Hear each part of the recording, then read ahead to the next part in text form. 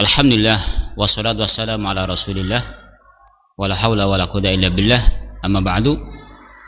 Kaum muslimin wal muslimat, para pemirsa dimanapun Anda berada, rahimani wa rahimakumullahu ajma'in, dan juga anak-anakku yang saleh dan salehah semuanya, adik-adik semuanya yang semoga dirahmati Allah Subhanahu wa taala. Kita bersyukur kepada Allah Subhanahu wa taala, alhamdulillah pada kesempatan yang baik ini kita bisa berjumpa kembali untuk menyampaikan kisah orang soleh terdahulu.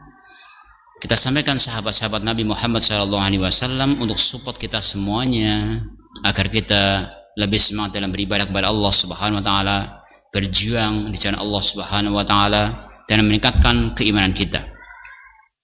Kita mohon kepada Allah Subhanahu wa taala semoga Allah limpahkan kepada kita ilmu yang bermanfaat di dunia sampai di akhirat. Amin ya rabbal alamin. Keduanya salat dan salam semoga tercurahkan kepada Nabi kita Muhammad sallallahu alaihi wasallam, juga kepada keluarganya, kepada para sahabatnya, dan kepada orang-orang yang mengikuti sunnah-sunnah beliau sampai hari kiamat. Para pemirsa dimanapun Anda berada, rahimani wa rahimakumullah ajma'in, kita sudah sampaikan kemarin beberapa episode tentang kisah sahabat yang mulia, yaitu Khalid bin Walid radhiyallahu anhu, di mana kemarin kita sampai pada peperangan antara Khalid, pasukannya Islam, dengan pasukan Romawi, di mana ketika itu sebelum perang terjadilah dialog antara pimpinan Romawi, komandan Romawi, dengan Khalid bin Walid, di mana ditawarin agar tidak jadi berperang, dengan diberi harta, masing-masing diberi harta pasukannya, kemudian diberikan kekuasaan, tapi dengan syarat tidak berperang lagi. Maka ketika Khalid bin Walid mendengarkan tuturan apa yang disampaikan oleh panglima ini, justru semakin semangat untuk berperang, karena dikira dia berperang untuk mencari harta. Justru beliau berperang bersama pasukannya karena haus tentang darah, dan darah orang-orang Romawi adalah darah yang paling manis. Maka setelah itu Allah Akbar, mulai berperang dengan orang-orang Romawi. Nah, kaum muslimin rahimani wa rahimakumullah ajma'in, ketika peperangan berkecamuk, peperangan yang semakin hebat antara kaum muslimin dengan orang-orang Romawi ini,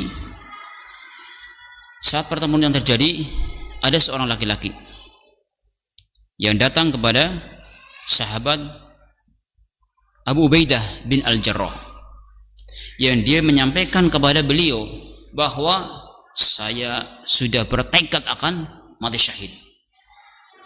Dia menyampaikan kepada Abu Ubaidah bin Al-Jarrah kalau saya itu bertekad akan mati syahid. Kemudian beliau berpesan atau menyampaikan kepada Abdullah bin atau Abu Ubaidah bin Al-Jarrah, apa pesan Anda yang perlu kami sampaikan kepada Rasulullah SAW jika saya bertemu dengan Rasulullah SAW besok?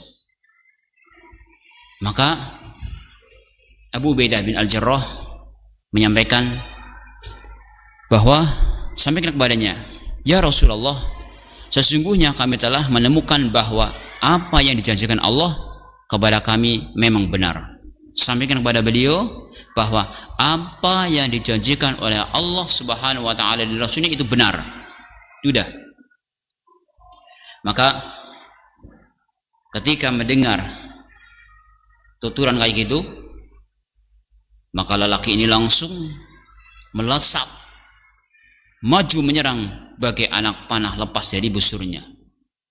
Ia menyerbu ke tengah-tengah pertempuran dahsyat, merindukan tempat peraduan dan pembaringannya. Ia menyerang dengan sebilah pedang dan dilawan oleh 1000 pedang sehingga menemui kesyahidan. Ketika dia mendapatkan ungkapan dari Abu Ubaidah bin Al-Jarrah ini langsung semangat menyerang, masuk menyerang orang-orang Romawi atau musuhnya dan menghadapi berbagai macam manusia. Banyak di situ yang akhirnya dia itu mati syahid. Orang ini mati syahid. Coba siapakah orang ini? Orang laki-laki ini yang tadi menyampaikan kepada Abu Ubaidah bin Al-Jarrah ini. Itulah dia, Ikrimah bin Abu Jahal. Ya, kita kenal kalau Abu Jahal itu tokoh orang musyrik, tapi anaknya ada yang masuk Islam. Ikrimah bin Abu Jahal. Dia memang anak Abu Jahal. Ketika tekanan orang Romawi semakin berat, ia berseru kepada kaum muslimin dengan suara lantang, sungguh aku telah lama memerangi Rasulullah SAW pada masa yang lalu sebelum Allah memberikan petunjuk kepadaku. Dia lantang, sungguh dulu saya telah memerangi Rasulullah SAW dan para sahabatnya sebelum aku mendapatkan petunjuk. Sebelum aku masuk Islam, saya selalu menyerang Rasulullah dan para sahabatnya. Apakah pantas aku lari dari musuh-musuh Allah hari ini? Beliau lantang ketika menghadapi kaum musyrikin. Dia menyampaikan, apakah pantas saya akan melarikan dari musuh ini? Maka tidak pantas. Kemudian beliau menyampaikan, berteriak, siapakah yang bersedia dan berjanji untuk mati? Maka sejumlah orang berjanji kepadanya untuk berjuang sampai mati. Ketika menyampaikan siapa yang ingin mati syahid, ayo berperang, maka banyak di antara mereka kaum muslimin yang mengikuti dan sampai mati syahid. Kemudian mereka menyerbu ke jantung pertempuran bersamaan, bukan hanya mencari kemenangan, melainkan bila kemenangan itu harus ditebus dengan jiwa dan raga, mereka sudah siap untuk mati syahid. Jadi ketika berperang, mereka itu melawan orang-orang Romawi tadi dengan mantapnya. Ketika menang, walhamdulillah. Ketika dia mati, maka mati syahid, dan sudah tertanam dalam diri mereka. Maka ini yang luar biasa. Mereka sudah siap untuk mati syahid. Allah menerima pengorbanan dan baiat mereka. Mereka semuanya gugur syahid. Yaitu tadi adalah Ikrimah dan para sahabat, yaitu anaknya Abu Jahal. Nah, coba kita lihat bagaimana sikap mereka para sahabat ketika berperang. Dan ada yang luka-luka saat itu.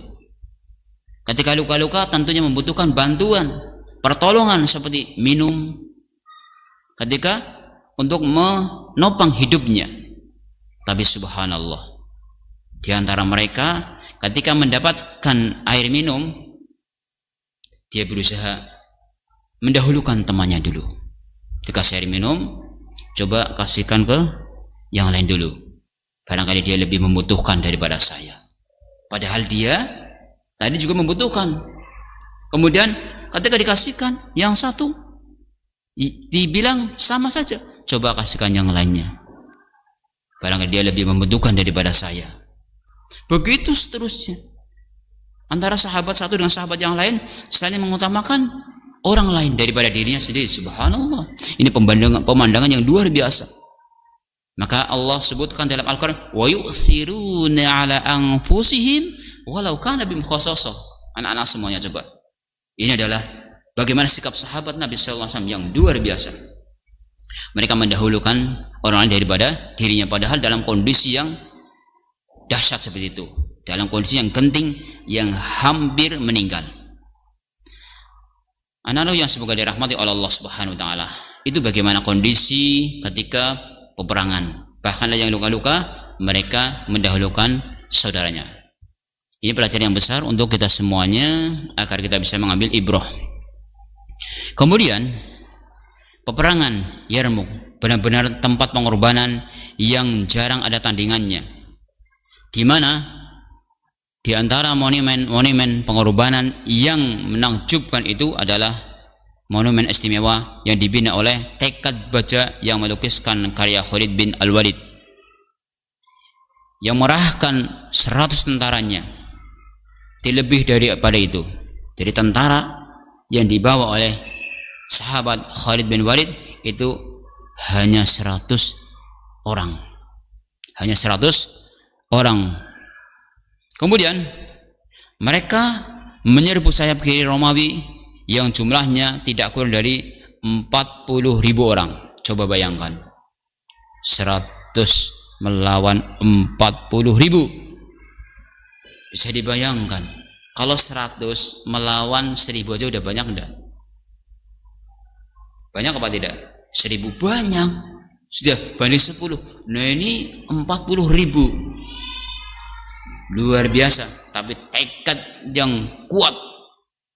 Jadi sahabat Khalid bin Walid ini, dari Khalid bin Walid yang membaja. Kemudian dia menyampaikan, demi zat yang jiwaku di tangannya, tidak ada lagi kesabaran untuk ketabahan yang tinggal pada orang-orang Romawi kecuali apa yang kalian lihat. Sungguh aku mengharap Allah memberikan kesempatan kepada kalian untuk menebus batang leher mereka. Jadi Khalid mendoakan dan berharap kepada Allah SWT, biar kalian semuanya pasukannya 100 orang ini bisa menebas leher-leher mereka. Ini support yang disampaikan oleh Khalid bin Walid. Kemudian saudara sekalian rahimani wa rahimakumullah ajmain, 100 orang menyerbu ke dalam 40.000 pasukan dan kemudian mereka menang. Anda tidak perlu tercengang. Bukankah hati mereka penuh keimanan kepada Allah Subhanahu wa taala yang Maha Tinggi, lagi Maha Besar, iman kepada Rasulnya yang benar lagi terpercaya, iman kepada ketentuan Allah yang merupakan keimanan yang paling banyak membuahkan kebaikan, petunjuk dan keberuntungan dalam setiap urusan kehidupan. Coba bayangkan, 100 orang melawan 40.000 orang, menang. Ternyata subhanallah, ternyata kemenangan didapatkan. Kenapa? Pertolongan Allah yang luar biasa dan keimanan mereka yang membaja, ketaatan kepada Rasulullah SAW yang luar biasa, yang ini akan membawakan kebaikan, kemenangan. Bukankah khalifah mereka As-Siddiq, itu Abu Bakar As-Siddiq, yang benderanya sekarang telah menjulang tinggi di dunia, dari Madinah, ibu kota baru bagi dunia baru, ia sendiri masih bersedia memerah susu kambing untuk janda yang tinggal mati suaminya. Bagaimana sahabat Abu Bakar yang begitu tawadhu dan tetap memperhatikan, meskipun nama beliau sudah menjulang tinggi sebagai seorang khalifah, seorang pimpinan, tetapi masih mau memerah susu buat para janda dan juga memberikan santun kepada anak yatim piatu, mengadukan roti untuk mereka. Coba, ini adalah contoh yang luar biasa dari sahabat Abu Bakar As-Siddiq. Dan Khalid bin Walid juga demikian, orang yang dia tawadhu, tetap memperhatikan kepada pasukannya. Maka ketika menghadapi 40.000 orang ini, 40.000 pasukan dari pasukan Islam tetap tabah dan mantap menghadap mereka dengan keimanan yang kuat. Bukankah panglima mereka adalah Khalid bin Walid, penawar kecemasan, pembasmi kesombongan dan kekerasan, kedurhakaan, permusuhan, dan pedang Allah yang terhunus yang akan menebus unsur-unsur perselisihan, kebencian dan kemusyrikan.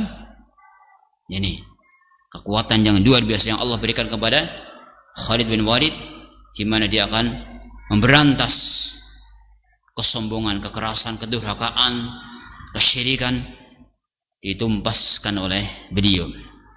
Bukankah kenyataannya demikian, bahwasanya Khalid mampu untuk mengatasi demikian? Karena itu berhembuslah wahai angin kemenangan, bertiuplah roh keperkasaan, keberuntungan dan kedikdayaan. Ini memberikan support. Khalid memberikan support kepada para pengikutnya untuk berperang di jalan Allah Subhanahu wa taala. Mari semangat untuk berperang di jalan Allah Subhanahu wa taala.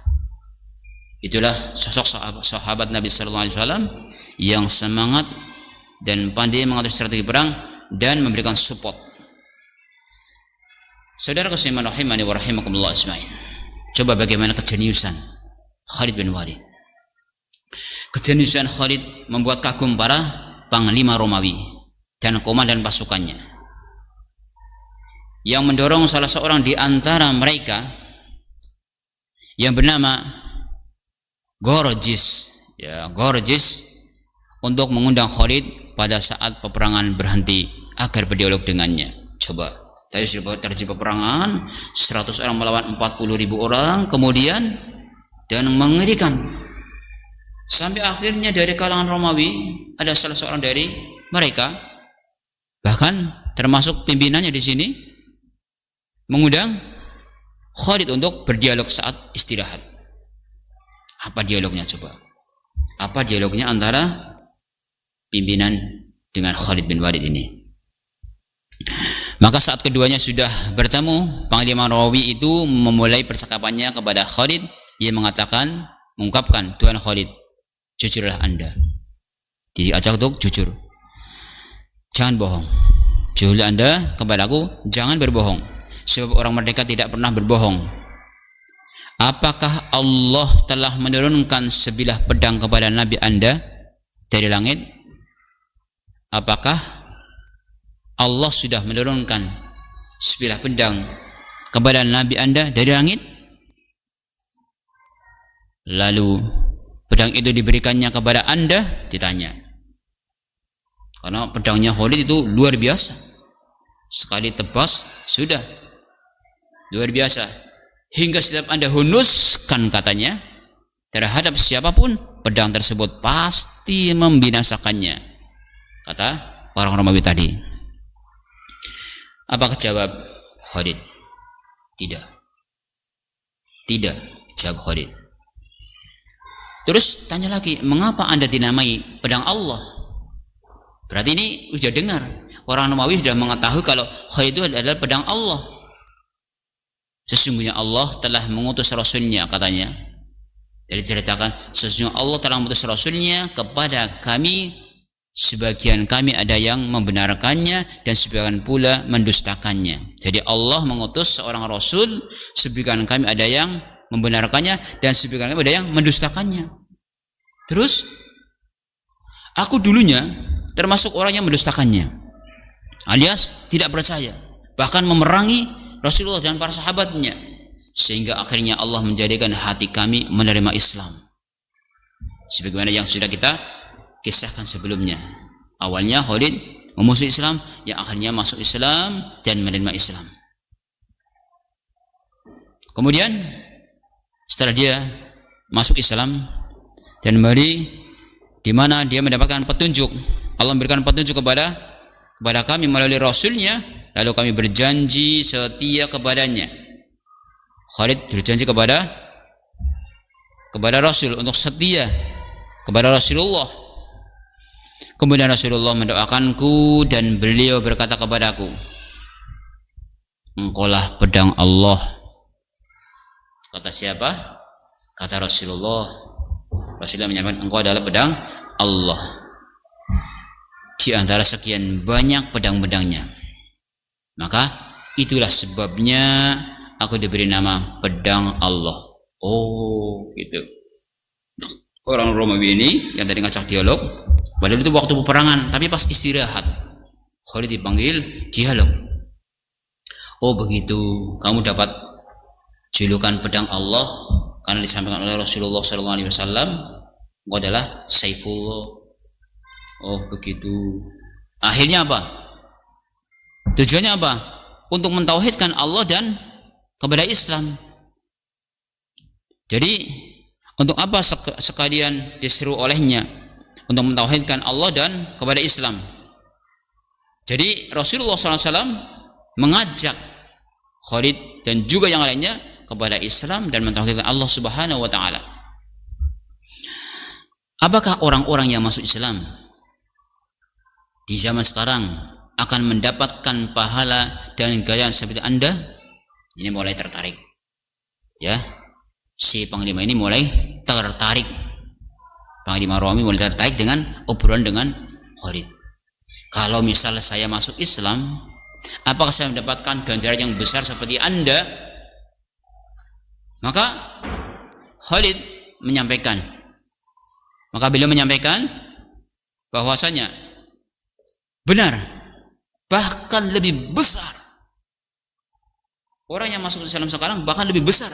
Apa alasannya kenapa? Bagaimana itu terjadi? Padahal kalian lebih dahulu memeluknya.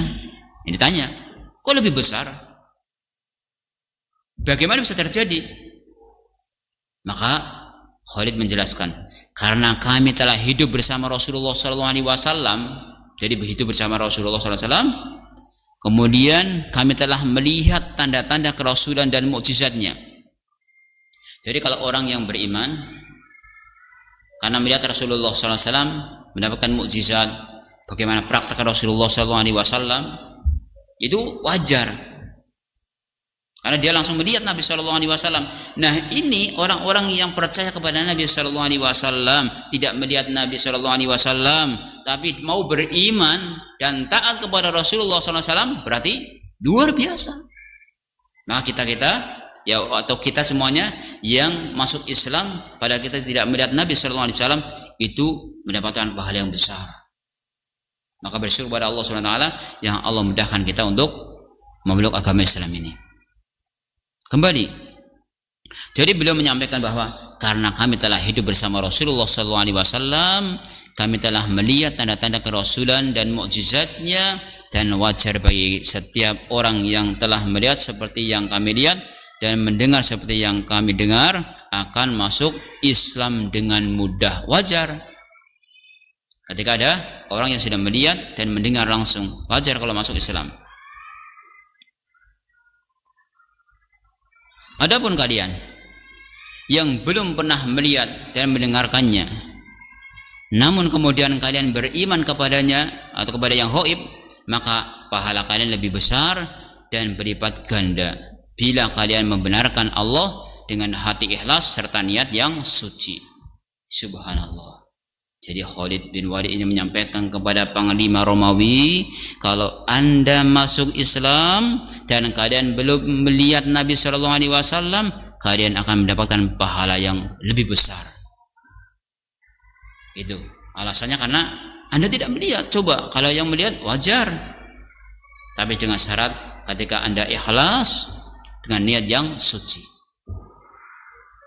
Tergoyahkan. Kemudian Panglima ini tergoyahkan dan punya support untuk masuk Islam. Ketika mendengarkan tuturan kata dari Khalid bin Walid ini, maka Panglima Romawi itu pun berseru sambil memajukan kudanya ke dekat Khalid dan berdiri di sampingnya. Coba dengarkan ini. Apa kata-kata yang keluar dari mulut beliau? Ajarkanlah kepadaku Islam. Ajarkanlah kepadaku Islam itu, wahai Khalid. Subhanallah. Sebab dialog ini ternyata Panglima Romawi itu masuk Islam. Aduh, subhanallah. Ini pentingnya ketika orang itu dialog dan menjelaskan yang benar. Siapa tahu setelah mendengarkan alasan-alasannya, kemudian dia mendapatkan hidayah dari Allah Subhanahu wa taala, luar biasa. Nah, ini orang Romawi ini, Panglima Romawi mendengar kemudian minta diajarkan Islam. Akhirnya Panglima Romawi tersebut masuk Islam dan sholat 2 rakaat. Masuk Islam kemudian sholat 2 rakaat. Allah Akbar. Ya, kayak orang sholat biasa 2 rakaat. Dan itulah sholat terakhir beliau. Sholat terakhir beliau. Kenapa? Karena beliau syahid.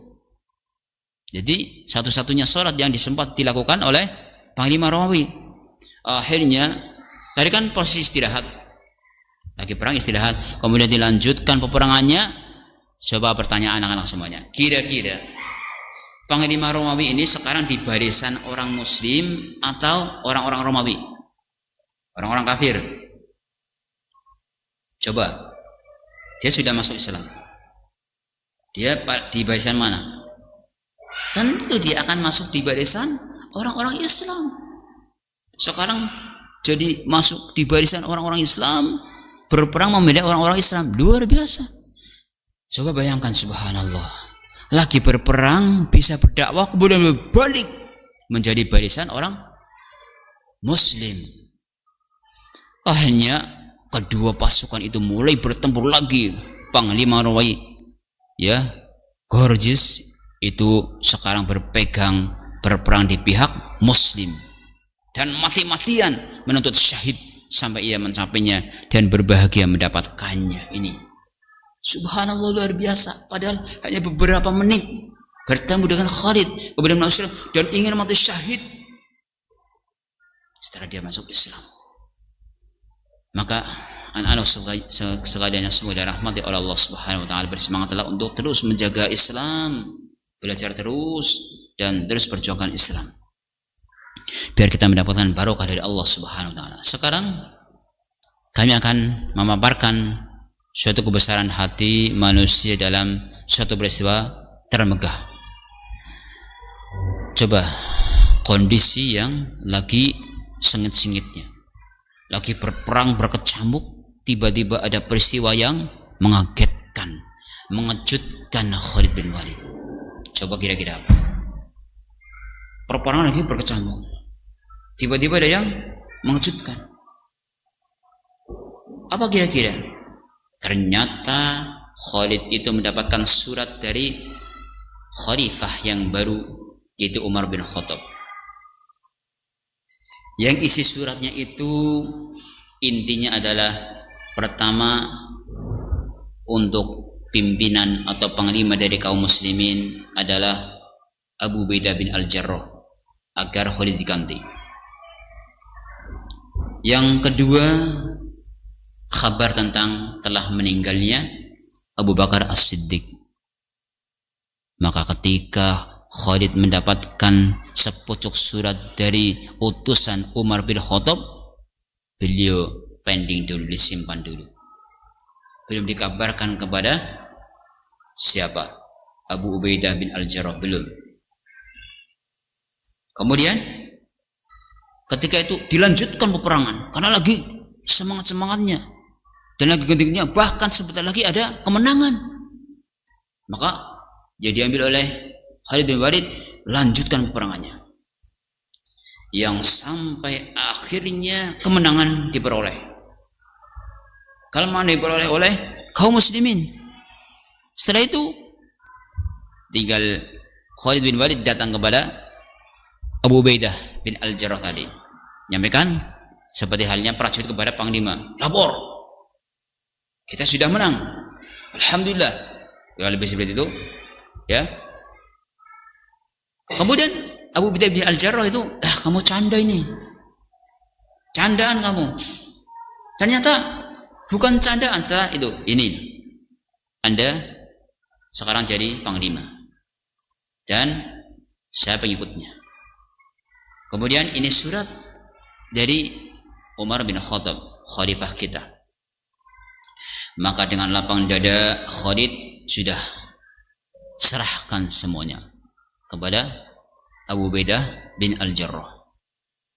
Maka itu bagaimana sosok sahabat Nabi SAW yang bernama Khalid bin Walid, yang legowo ketika menyerahkan. Dalam riwayat lain dikatakan bahwa ketika itu Umar bin Khattab memberikan surat kepada Abu Ubaidah bin Al-Jarrah, kemudian disimpan dulu, belum dikasihkan kecuali setelah peperangan selesai atau menang.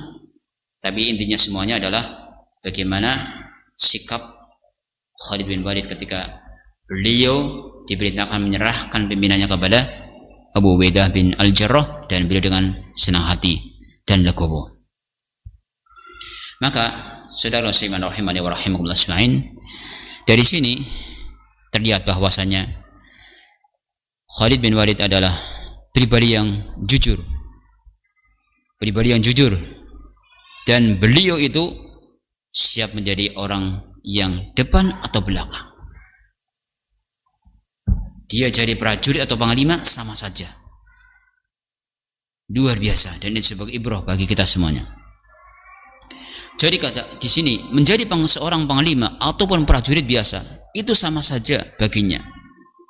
Menjadi pemimpin seperti halnya prajurit, masing-masing menanggung kewajiban yang harus ditunaikan terhadap Allah yang ia imani, terhadap Rasul yang ia baiat, terhadap agama yang telah dipeluknya dan ia bernaung di bawah panji-panjinya ini. Jadi mau jadi prajurit, mau jadi panglima, semuanya punya tanggung jawab di hadapan Allah Subhanahu wa taala. Dan semuanya harus taat kepada Rasulullah sallallahu alaihi wasallam. Jadi beliau enak aja. Maka beliau tetap berjuang dan semangat untuk membela agama Allah Subhanahu wa taala. Walaupun tadi sudah hasilnya sudah menang, sudah gemilang, pimpinannya diserahkan kepada Abu Ubaidah bin Al-Jarrah. Enggak masalah. Nama beliau yang dapat, enggak masalah. Begitulah bagaimana sikap, kejujuran dan ketegaran Khalid bin Walid radhiyallahu anhu. Kemudian baktinya yang diberikan sebagai panglima yang memerintah sama dengan dharmanya yang dibaktikannya sebagai prajurit yang diperintah. Kemenangan besar terhadap nafsu ini dipersiapkan baginya sebagai juga bagi orang lainnya oleh contoh teladan dan perilaku para khalifah yang memegang tampuk pimpinan umat Islam waktu itu. Abu Bakar dan Umar, itulah dua nama yang bila saja di lidah bergerak menyebutnya, segala sifat keutamaan dan kebesarannya langsung terbayang dalam hati. Dijelaskan meskipun hubungan kasih sayang Umar dan Khalid sesekali merenggang, kebersihan jiwa Umar, keadilan, ketakwaan dan kebesaran pribadinya yang luar biasa tidak secuil pun diragukan oleh Khalid. Jadi Umar bin Khattab itu mengambil keputusan tentunya dengan pertimbangan yang baik, dengan pertimbangan demi kemaslahatan umat. Di antara pertimbangannya, coba siapa yang tahu? Pertimbangannya Umar kenapa memberhentikan Khalid? Biar mereka tidak fanatik kepada Khalid bin Walid. Karena ketergantungan hati kepada seorang itu berbahaya. Makanya beliau memerintahkan agar diganti dulu. Kepemimpinan agar diganti. Karena itu tidak ada alasan untuk meragukan semua keputusan yang diambilnya.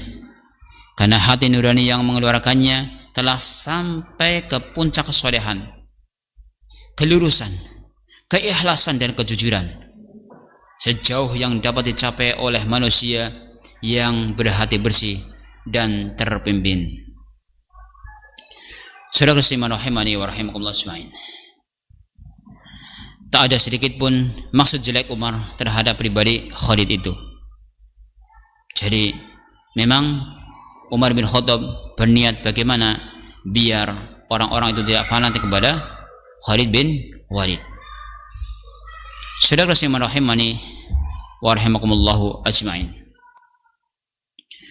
Ketahuilah bahwasanya kehidupan Khalid adalah kehidupan yang selalu perang. Bahkan dari mulai awal lahir ya, di masa kelahirannya sampai meninggal, dia kehidupannya perang. Kehidupan Khalid adalah perang sejak lahir sampai mati. Lingkungan pertumbuhan, pendidikan dan seluruh kehidupannya sebelum dan sesudah Islam. Dari sebelum Islam juga sudah sering perang. Masuk Islam juga perang. Itulah kehidupan Khalid bin Walid. Tapi meninggalnya, subhanallah, beliau meninggalnya di atas ranjang, bukan di medan perang-perangan. Ini nanti juga kita sampaikan insyaallah. Merupakan arena bagi seorang pahlawan berkuda yang lihai lagi ditakuti. Kemudian bahwa kegigihannya pada masa silam sebelum Islam, peperangan-peperangan yang diterjuninya menentang Rasul dan sahabatnya, dan pukulan-pukulan pedangnya pada masa kesyirikan yang menjatuhkan banyak kepala orang yang beriman, serta kening-kening para sahabat yang taat beribadah. Semuanya itu merupakan beban yang berat bagi jiwanya, karena dulu ketika berperang sebelum masuk Islam sudah tebas, para sahabat ditebas oleh Khalid bin Walid.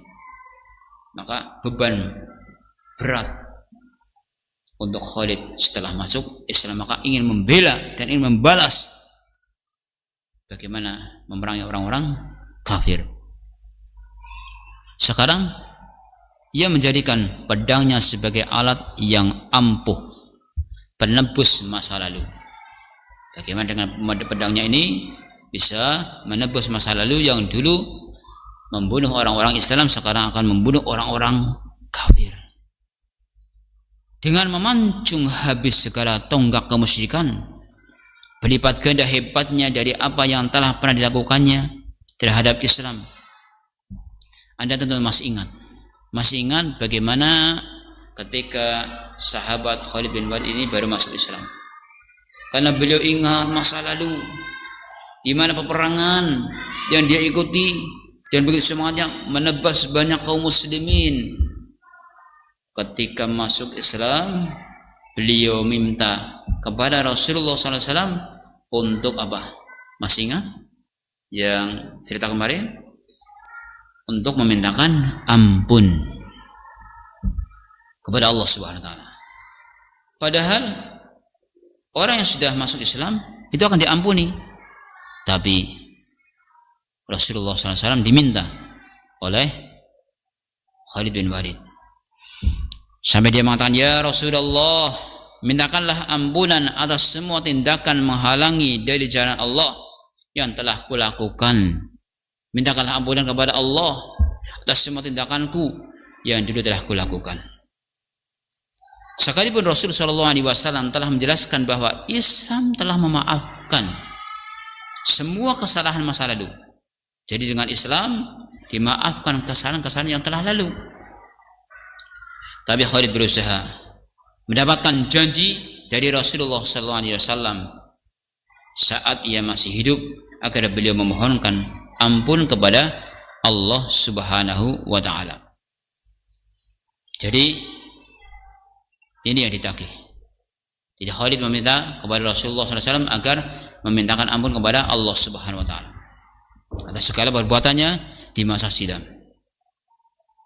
Sebilah pedang ketika berada di tangan seorang panglima berkuda yang tiada duanya seperti Khalid, kemudian tangan yang menggenggam pedang itu digerakkan oleh hati yang bergelora dengan kehangatan semangat untuk menebus kesalahan dan menyucikan diri.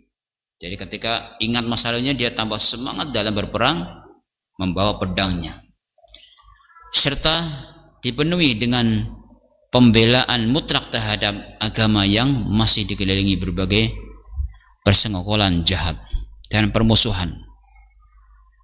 Sungguh sulit bagi pedang ini untuk melepaskan diri dari membawanya yang keras dan ketajamannya yang memutus.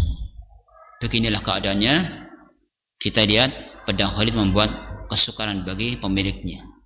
Ini sahabat Khalid bin Walid yang begitu tegas, dan Khalid bin Walid itu adalah sahabat yang dikenal pintar dalam mengatur strategi dan beliau pandai berperang. Jamaah sekalian yang semua dirahmati Allah Subhanahu wa taala, karena Khalid bin Walid adalah sosok manusia yang sudah terbentuk orang-orang yang suka berperang.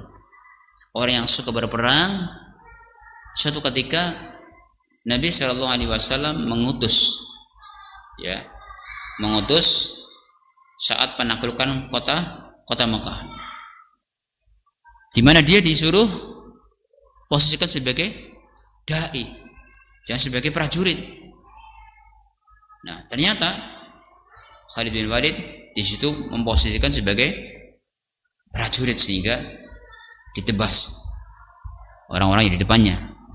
Nah, bagaimana kisahnya coba kita lihat dan kita baca di sini bahwa pasca penaklukan Mekah, Nabi SAW mengutus Khalid ke berbagai kabilah yang berdekatan dengan negeri Mekah dengan pesan, aku mengutusmu sebagai dai.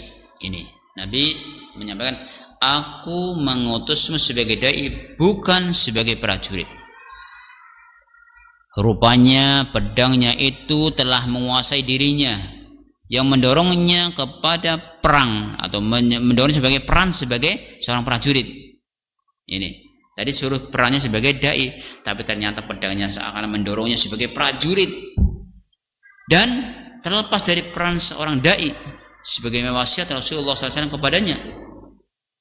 Ini Nabi ketika melihat seperti itu, tadi disampaikan untuk menjadi dai, ternyata dia memposisikan sebagai prajurit. Nabi berduka dan terluka ketika mendengar tindakan Khalid dan sambil berdiri menghadap kiblat. Beliau mengangkatkan tangannya memohon ampun kepada Allah dengan ungkapan, ya Allah, aku berlepas diri kepadamu. Ya Allah, aku berlepas diri kepadamu dari tindakan yang telah dilakukan Khalid. Beliau kemudian mengutus Ali kepada mereka untuk memberikan tebusan atas darah dan harta mereka. Dari Nabi SAW ketika melihat sikap Khalid seperti tadi, yang disuruh seperti dai, ternyata malah dia itu seperti prajurit yang akhirnya ditebasin pada. Kemudian Nabi SAW menghadap kiblat dan berdoa, ya Allah, aku berlepas diri kepadamu dari tindakan yang telah dilakukan Khalid. Ini berdoa kepada Allah. Akhirnya Nabi SAW mengutus siapa? Adi, ya, kepada mereka untuk memberikan tebusan atas darah dan harta mereka.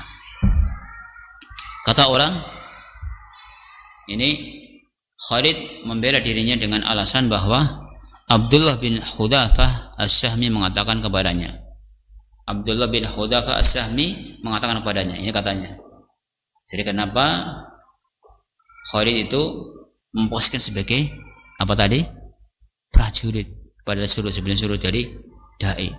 Katanya, ada yang mengatakan, kata orang, Khalid membela dirinya dengan alasan bahwa Abdullah bin Hudzafah As-Sahmi mengatakan kepadanya, Rasulullah telah memerintahkan kepadamu agar engkau memerangi mereka karena mereka menolak Islam.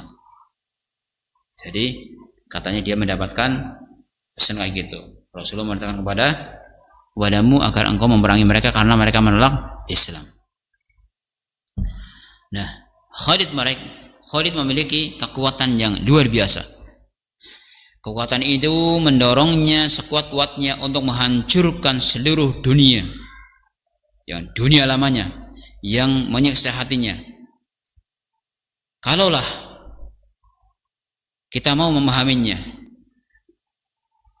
itu bisa dilihat saat ia meruntuhkan berhala Uzza ketika dia dikirim oleh Nabi SAW untuk meruntuhkannya.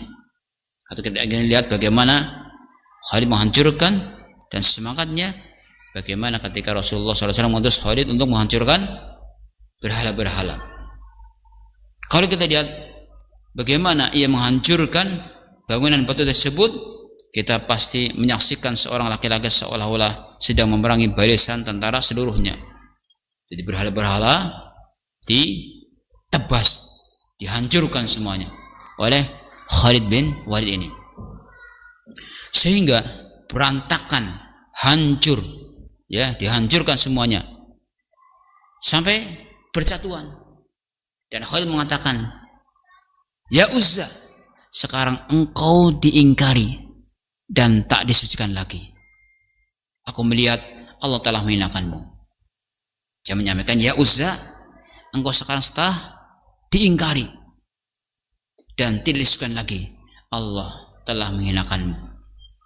Nah, ini ketika Khalid diutus oleh Rasulullah menghancurkan Uzza dan lain-lain yang sudah dihinakan. Maka kondisi ini semakin memantapkan bahwa Khalid adalah seorang yang punya kekuatan yang luar biasa, dan beliau menghancurkan berhala-berhala yang ada di sekitar Ka'bah, dan akhirnya hancur semuanya. Dan bagaimana akhir kehidupan beliau dan seterusnya masih ada kisahnya insyaallah tentang sahabat yang mulia ini, yaitu Khalid bin Walid radhiyallahu anhu. Semoga kita bisa ambil ibrah, pelajaran yang bagus ini untuk kita semua agar semangat mempertahankan Islam dan berusaha untuk mengambil ibrah yang baik. Demikian, semoga bermanfaat. Subhanakallahumma hamdika asyhadu an la ilaha illa anta astaghfiruka wa atubu ilaik. Assalamualaikum warahmatullahi wabarakatuh.